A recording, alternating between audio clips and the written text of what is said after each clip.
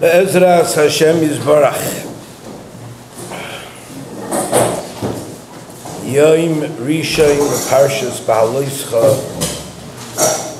Shnas Tov Shenayim Zayin Shiva Tiferes Avigdor.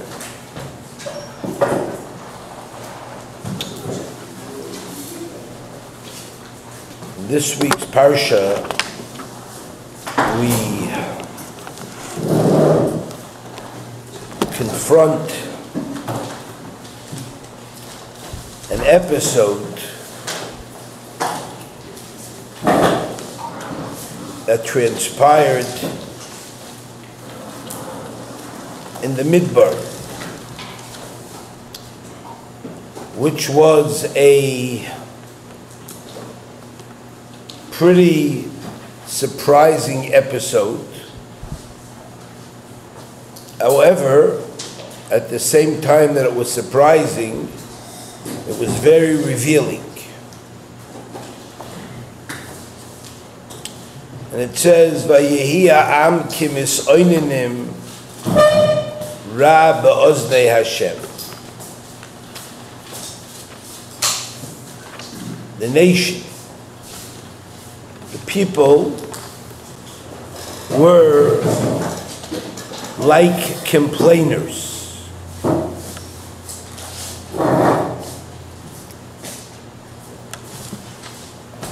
Vayishma Hashem, and Hashem heard their complaints. Vativar bom eish Hashem, and the fire of Hashem devoured them. Vatoichel b'ktsei hamachet, and it devoured those who were the complainers, the outsiders. Now let's understand this, because it's a very important pasuk that sheds a lot of light and teaches us a lot about ourselves. First it says, Vayehi ha'am. Who is the Am? The Am were like complainers.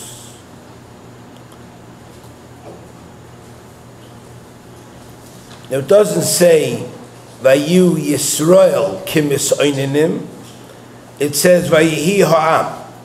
So Am, you have to know, is a kinui, is a term that's used for the Rishoyim Sheba'am. I once gave a smicha to a Reformed rabbi if my grandfather told me it was okay. And I wrote up a beautiful smicha, and I wrote, the guy is Roy Lios, a guide for the Am. Like Rashi writes, Kepirish Rashi in Parshas Behaloscha. I said, and also I mentioned another Gemara that said, Ein Am ela pchusim sheba'am. The guy told me to translate it for him. I said, so-and-so is Roy to be a nation on the Am Yisroel, like it says in the Rashi, like it says in the Talmud, that told me, it says in the Gemara. The guy told me it was his most precious asset. But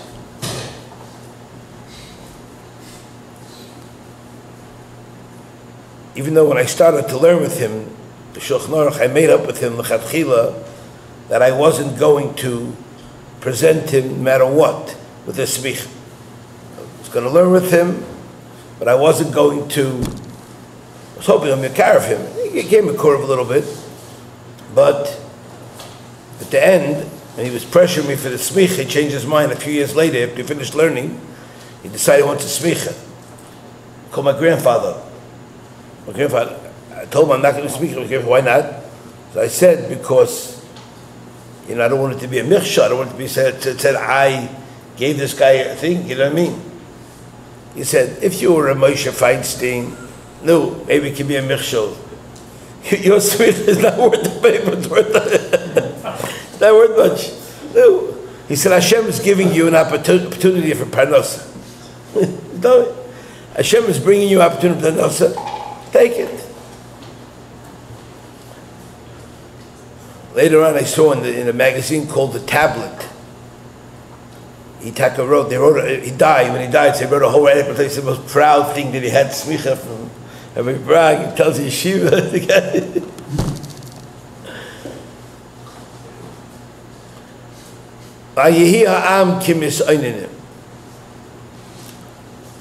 Now, what does it mean, kimis oinanim? Like complainers.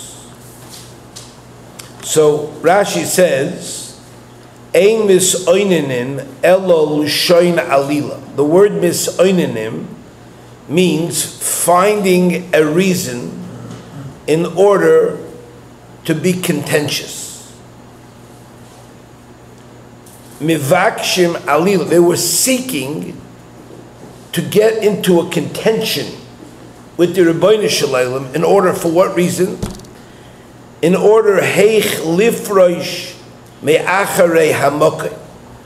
They wanted to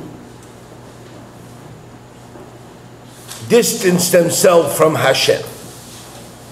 And therefore, they began to say and talk about the tircha, the difficulties of the derech. Hear that? Unbelievable. And then it says, Ra ba'oznei Hashem. That means they didn't complain quietly or inside themselves. They had these complaints. They actually raised their voices and voiced their complaints in order, Shemiskavnin, they intended, Shetavoi ba'oznav, it should come to Hashem's ears, V'yaknit, and it should cause pain. It should try to start up with Hashem. Amru, they said, Oy lanu ki lavatnu baderech hazeh. Oy, woe unto us, we're already tired out from this derech that we went shloisha yamim, 3 days. Shloinachnu me'inu haderech. We didn't rest from the affliction of the derech. And they complained about that. And Hashem said, Hashem got angry. Why did Hashem get angry? He said, Ani mishayisi miskavein. My intention was l'toivaschem, for your benefit. I wanted you to get to Eretz Yisroel, miyad, and you're complaining for the tova that I'm doing for you, as if it's ra. HaKadosh Baruch Hu sent forth a fire, v'atoichal, and it devoured b'ktsei hamachane. Now, what does that mean, b'ktsei hamachane? B'ktsei means at the edge of the machane. Why were the ones who were at the edge of the machane more punished than the ones who were in the center of the machane? So Rashi says, edge means a moshel. That means the Eish devoured those who were muktzin, shebahen, l'shiflus. Means they were the people who chose to distance themselves from, who are those? Elu Erev Rav. Hear that? There's so many lessons here in this pasuk, it's mind-boggling. First thing, the lesson is, the Torah tells us, every time that a person finds himself dissatisfied, throughout your life you will notice that people are dissatisfied. They complain over the matzav that they're in. You have one person who's complaining about the family he comes from. There's another person who complains about the yeshiva he went to. There's another person who complains about the person he married, he or she married. There's a person who complains about their children. People complain about their rabbeim and rabbonim.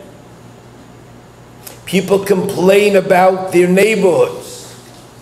Whenever you have a complaint, now everybody always thinks that their complaint is coming from a sincere lack of comfort.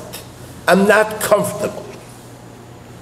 And the Torah tells us that let me introduce you to yourself. When people go into a complaint mode, especially where what they're experiencing is not a raw, but it may be even a taiva for them, they have to know that what they're seeking is to distance themselves from the thing they're complaining about. A husband that's complaining about a wife, and there's nothing what to complain about, is trying to create distance between the wife.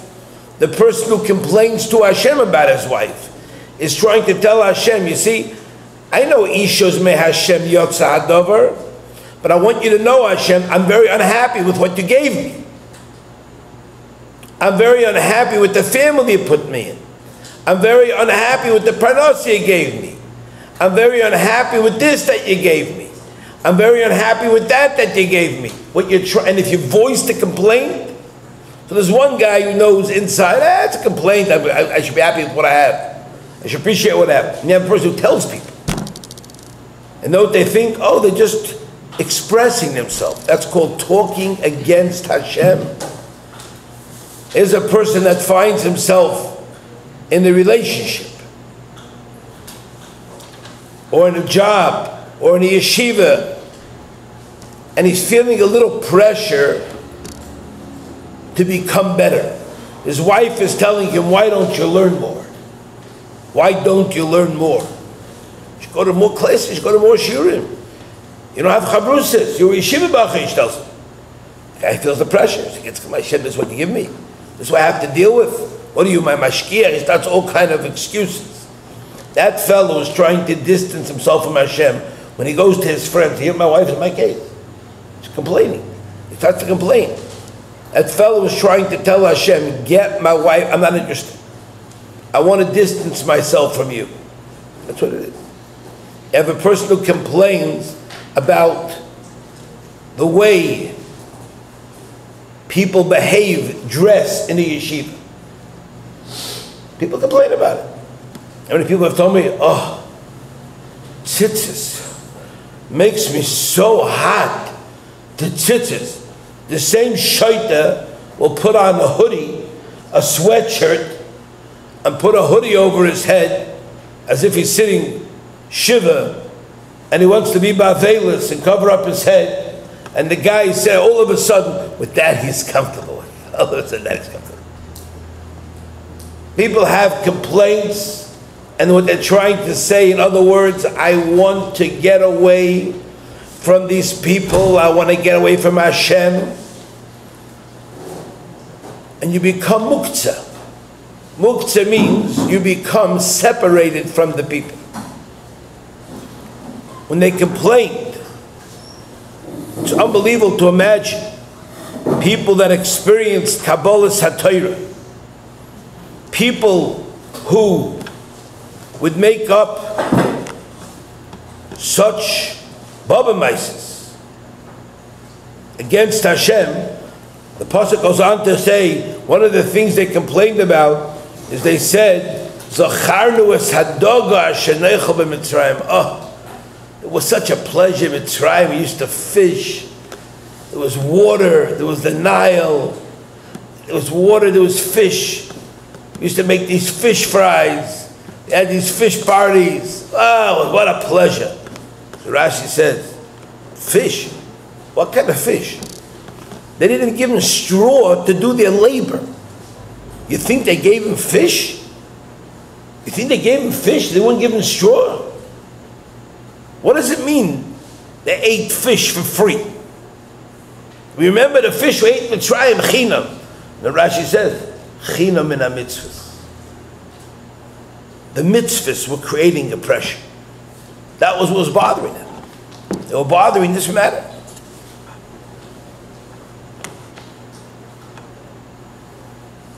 Now, could you imagine how a person doesn't begin to know himself? Most people don't know themselves, and therefore they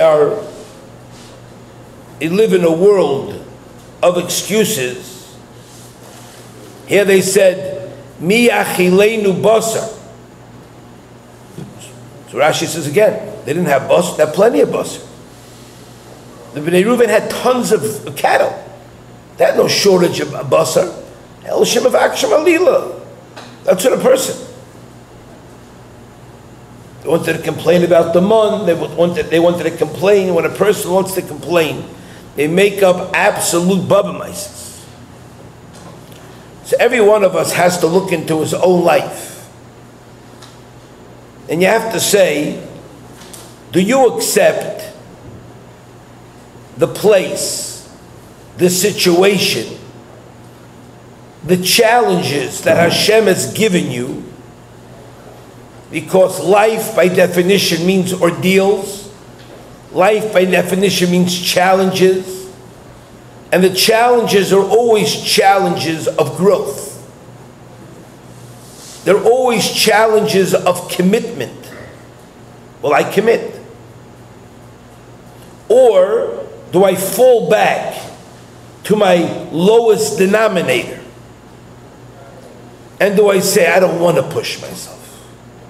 I don't want to go up. I don't want to grow. I don't want ordeals. And ultimately, I don't want Hashem. Because there's no ordeal that's not from Hashem. And I'm talking about real ordeals. But what if a person is complaining, making up bubamaises about his life, about a situation? So that person for sure is mufka from the parsha. You have to know as follows, that if a person understands that life is a series of ordeals and it goes against his grain and it goes against his weakest common denominator and it tries to bring him closer to Olam Haba and more distant from Olam Haza, because this is the name of the game. The game is we find ourselves in Olam Hazeh. Hashem gives us a series of ordeals, and the purpose of the ordeals is for us to get separated from Olam Hazeh, not to get buried in Olam Hazeh, and to begin a climb and a direction toward Olam Haba. And every ordeal you go through is this challenge. Sometimes a person has it rough. Just today I spoke to a young person who was not yet blessed, benched with kids. And his whole family, all around him, are all gebenched with kids. And the fellow was struggling. He wants to know, is it okay if I feel ouch when he hears somebody else? I said, of course you should feel ouch. I feel the ouch too for you. My heart breaks. I really feel terrible for him. I can only imagine what it feels like. But I said, whenever a person feels that struggle, Here's a person that likes to walk around dressed like a sheikh. He thinks it's cool. A lot of people think like that. So that's an ouch when he's told you can't do that. So what do you do with that ouch? So I told the fellow the challenge you have is to take that ouch and turn it into something positive. It makes you aware of the fact that Hashem is giving you an ordeal, and now you want to try to overcome that ordeal and get closer to HaKadosh Baruch Hu. Say to Hashem, I acknowledge the ordeal is from you, and I will rise to the occasion. Here's a bacher that's challenged by a mode of dress. Know what he has to say? Hashem, I acknowledge the ordeal is from you. I want to get away from you. If he's honest with himself, that's what he's going to say. Because like many, I've told many people in the world who said, I don't mean to get away from Hashem. I said, you're like the guy who wore a Nazi helmet and he had a swastika on his iron helmet, and he wore Nazi jackets and had swastikas. So what are you doing? He said, oh, it's just comfortable. I just find these comfortable. Oh, you're not trying to get away from Hashem, right? You're not trying to identify with the Germans or anything, right? You're trying to show you're a Hamish Yid, right? You're a regular, full-blown member. I said, you're either nuts, you're a liar, you need serious medication. Because there's no greater denial than that. It can't be otherwise. You can't present yourself. A person who feels more comfortable being a goy, and then when somebody challenges him, why do you behave like a goy? And he starts to make all kind of excuses. This is just, I'm not talking about a guy who's going on a bike ride and he's afraid his yarmulke is going to fall off, so he puts on a cap so his bicycle, his yarmulke doesn't fall off. I'm not talking about that kind of guy. That's not cool. He's running away from Hashem. Talking about a person who's uncomfortable, and a person has to be honest with himself. And this is the Erev route, especially if a person comes from not such a kind of background, and he has exposure and he has friends like that, so of course he's going to be poisoned. Of course he's going to be like that. You know how many Jews, my grandfather used to say, you know how many Jews are ecstatic when somebody tells them, are you Greek? He said they feel like $1 million, they made it. And they say, yes. But give us a shame on you. You don't want people to think you're Jewish. You want them to think you look cool. You know, that's how people are. Now,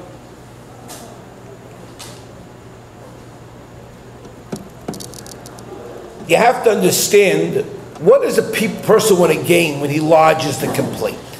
When a person makes this complaint, what is he trying to accomplish? Does he really think that Hashem's going to change the rules for him? Does he think Hashem's going to say, oh, okay, no.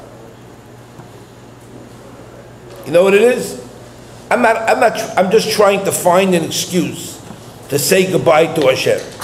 And I say this lifestyle was too stifling for me. It was too difficult for me. As if you change the lifestyle, then somehow it's going to be easier for you. Doesn't work like that. Doesn't become easier.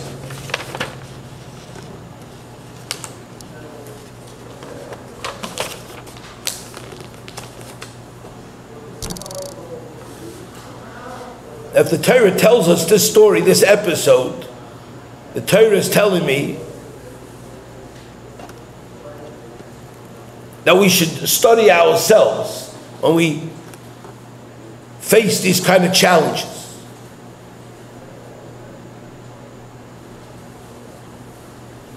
Rabbi Yerucham writes that if I see a guy walking down the street and he's got a foot-long subway And the guy is walking down the street holding his semeis.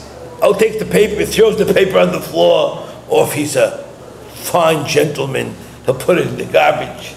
Then he starts to eat his sandwich like this. So Yisroel says, when I look at that guy, my first thought is, the guy must be some species of behemoth. That he eats with no das, he eats like a sus. No difference between him and a sus. But on the second hand, I'm jealous of him. I'm jealous of him. You know why? The guy could eat, the guy could feed his face, he could stuff himself without any qualms. He doesn't need brachas, he doesn't need to wash. Or as the modern people do, they hold the sandwich in a bag, and if you don't touch the bread, then you don't have to wash. And you're jealous of him. No brachas, no benching, you spit the food out you don't want, what you do like you spit, there's no responsibilities. Know what kind of asik a person has to do, a yid has to do before he eats? He has to find water, he's got to find the kli, he's got to find something to wipe his hands with, he's got to make brachas, it's got a job. He has to mechaven, he has to make a bracha, an oda. It's a lot of halachas. Now a person has to know himself. If you know yourself, then you stand a chance of making the proper adjustments in your life and not fooling yourself. Yerucham writes about a story that shook him up. When he was very young, he said, he learned in the Kelmer Talmud Torah. That's how the yeshiva of Kelm was referred to. And there were older, outstanding Avrechim learning there at the time. And one time, a fire broke out near the Talmud Torah. And many of the houses burnt down, besides for the Talmud Torah. So one of the Avrechim, the Mitzion, the outstanding Avrechim, told Rabbi Yerucham then that he felt, he was thinking about what he is thinking about b'shas the fire. And he was thinking, I hope the Beis HaMedrash is going to be burnt down. I hope the fire is going to devour the yeshiva. What do I gain from that? Because then I'm going to be able to go home and see my wife and my family. It was the Ingolite in those days, when they went away to yeshiva, you went for a year's time. You went for a long time. You don't jump home to see the family every couple days, or every day for sure not. So you hear what he said? Pasha, this is a person, of a choshev, a person, a mitzuyin dikemensch, but he knew himself. He knew how to view himself. He knew how to digest himself, and he was makir that in the depth of his being, he was hoping, this is my chance to get out and go. But he can't go home stamazai. He's embarrassed to see his wife. His wife's going to say, what are you doing home? So now, he just went to yeshiva 6 months ago. What are you doing home? He's embarrassed. Now he has a good excuse. That's it was a fire. Baruch Hashem. He has to have a good excuse, not to be embarrassed anymore. And then he added, and he said, you know what I learned from this? I'm telling you this. To learn from this, the shiflus of a person, the lowliness of a human being, how far it goes. He says, to fulfill my ratzain, I want to go home, it's yitachen, that the Talmud Torah of Kelm should be burnt just so I should get my way. Can you imagine this pchisis? Now, whenever a person is complaining that he can't be able something, what is it a raya of? It's a raya that there's no commitment on the part of the person to do something. Because whenever there's a commitment on the part of a person to do something, if it's something that I want to do, there's no complaints. When you feel some kind of burden from Judaism, you feel Torah is a burden, you feel tefillah 3 times a day is a burden. So most people do, they alleviate the burden by making it unburdened. They unburden themselves from this burden. Some move away. I met a fellow who moved to California from Cleveland. I asked him, why in the world would you move here? He said, to get away from the pressure. He was a modern fellow. He wasn't part of the yeshiva. I knew him as a modern fellow in Cleveland, a young fellow. He said, over here, it's a pressure-free environment. Whatever you do, everybody's satisfied with.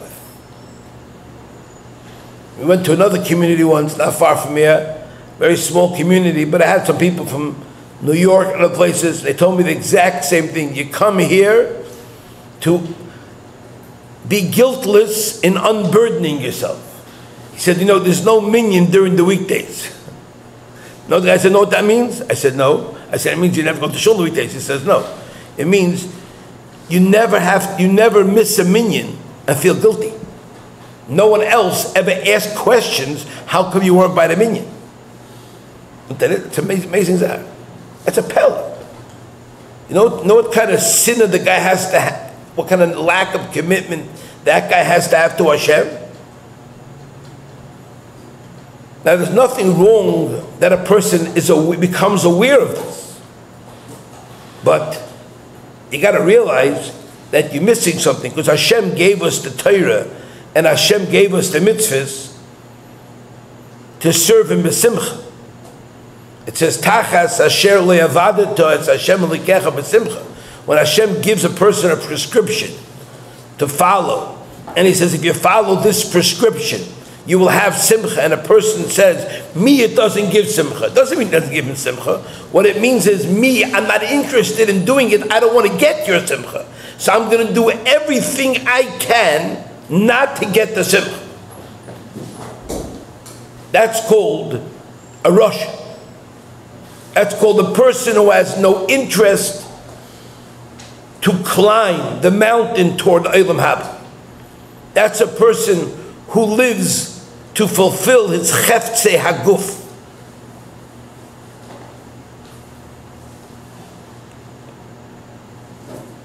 You hear people complain about how long Shabbos is? Oh, it's so long. Why don't you try learning Torah? Why don't you try going to a shir? Why don't you try finding out what you're supposed to do on Shabbos? Then you'll find out where the simcha in Shabbos is. Whenever you're not having simcha, you know one thing, you're not doing it right. Or if you're doing it right, you don't want to do it. If you don't want to do something, you're never going to feel simcha. This is a very, very important lesson that a person has to know. There was a story with Reb Meir Bloch. One time he said he traveled, collecting money by rich people for the yeshiva. And he said, I was sitting at a table. Hello? Yeah, call me back in 5 minutes. He says, I traveled, I'm sitting at the table with this guy. The guy was a gvir, mishunadik. And without me even asking him, he said, I want to tell you a problem I'm having. So I listened to him, and he says, I lack nothing. I have a beautiful dira in New York. I have a beautiful villa in Florida. I have a beautiful cottage in the seashore in California. I have a private plane. He says, I have a fleet of cars, the best that money could buy. One thing I don't have. I don't have simchas hachayim. I really don't have satisfaction and menuchas hanefesh. And you go from city to city, putting your hand out, raising funds. I can't imagine anything more humiliating than this. And I look on your face and I see a sense of fortune. It's not shaykh to hide. I see a face that exudes simchas hachayim. Even though you work so hard, so uncomfortable, the way you make money. What's the pshat? So I told him, we're both Jews, and we both have a neshama tahira. And the neshama is with us at all hours of the day. And just like the guf demands food, menucha, clothing, you have to take care of the needs of the guf.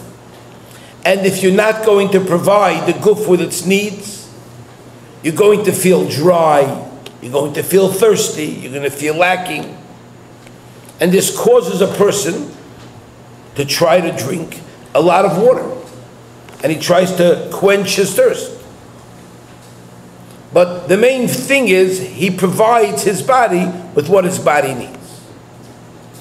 He says you have to know exactly the same way the neshama demands spiritual sustenance. It also has a tremendous thirst to fulfill its goal and purpose in this world. And it sends us messages when it feels that thirst. Thirst, hunger, cold, heat. And we both feel those same messages. There's no difference between any two people. The difference is how I react to that thirst and how you act to that thirst. Whenever you act with that thirst, you buy another villa, you buy another car. You never feed your neshama. You never give it Torah. You never have the joy of making talmidim, harbotzes Torah. That's what causes me, gives me sipuk. That's what gives me the menuchas hanefesh. A person has to understand. He says, we're both thirsty. You ignore that thirst. The only thing you supply yourself with is physical stuff. No? So it's like drinking salty water and trying to quench your physical thirst. It'll never work, he says. And when you get thirsty, you give it again, more salty water. Every one of us is a physical being.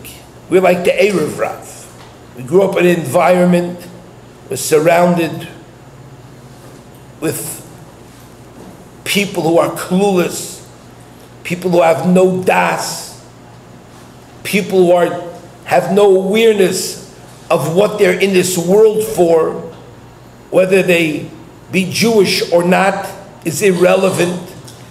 And they all smile nicely, they give nice handshakes, but they're not stam clueless. I remember talking to these people thinking, Shrek, I'm talking to a wall. I'm talking to a guy who's autistic. This is complete autism. The guy has no idea, and he's dressed nicely. His tie, his shirts, his sleeves have his name on it. His pocket has his name on it. And he's sitting there smiling, yes, Rabbi. And I'm thinking, the guy, we don't even speak the same language. We're not on the same planet. The guy is clueless.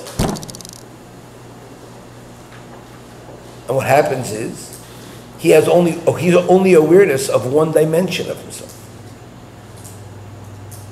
And then the person becomes exposed to Yiddishkeit. And now he starts to service his ruchnistic dimension. But he never gets to the point where he understands that the ruchnis dimension is desperate for Muslim and more Muslim, especially if you're a late starter. Especially if you were a kid who didn't give it your all in your youth. So your neshama is starving. So you have to feed that neshama in order to get a sense of equilibrium so that you're not hazy. And a person does that, then a person feels an inner satisfaction. So whenever a person seeks excuses to get out, he has to know the following. You can't get out. You're Jewish. You can't get out. It's not possible. Oh, you could get sidetracked. You can get involved in the Goyish world, in the Erev Rav world, and you can complain, tell Hashem, I can't handle this. This is too much for me. It's not for me. It's not for my kind. I'm not used to this. I'm not built for this. I'm not made for this, and so on and so forth. But all you're going to end up doing is distancing yourself from Hashem and forfeiting your rights to exist in this world. And Hashem's going to have to wake you up. And He's going to have to bring you back and jolt you into the awareness of what your tafkid, for which you came to this world for. Don't be misayninim. Don't be ra ba'oznei Hashem. You cannot run away from yourself.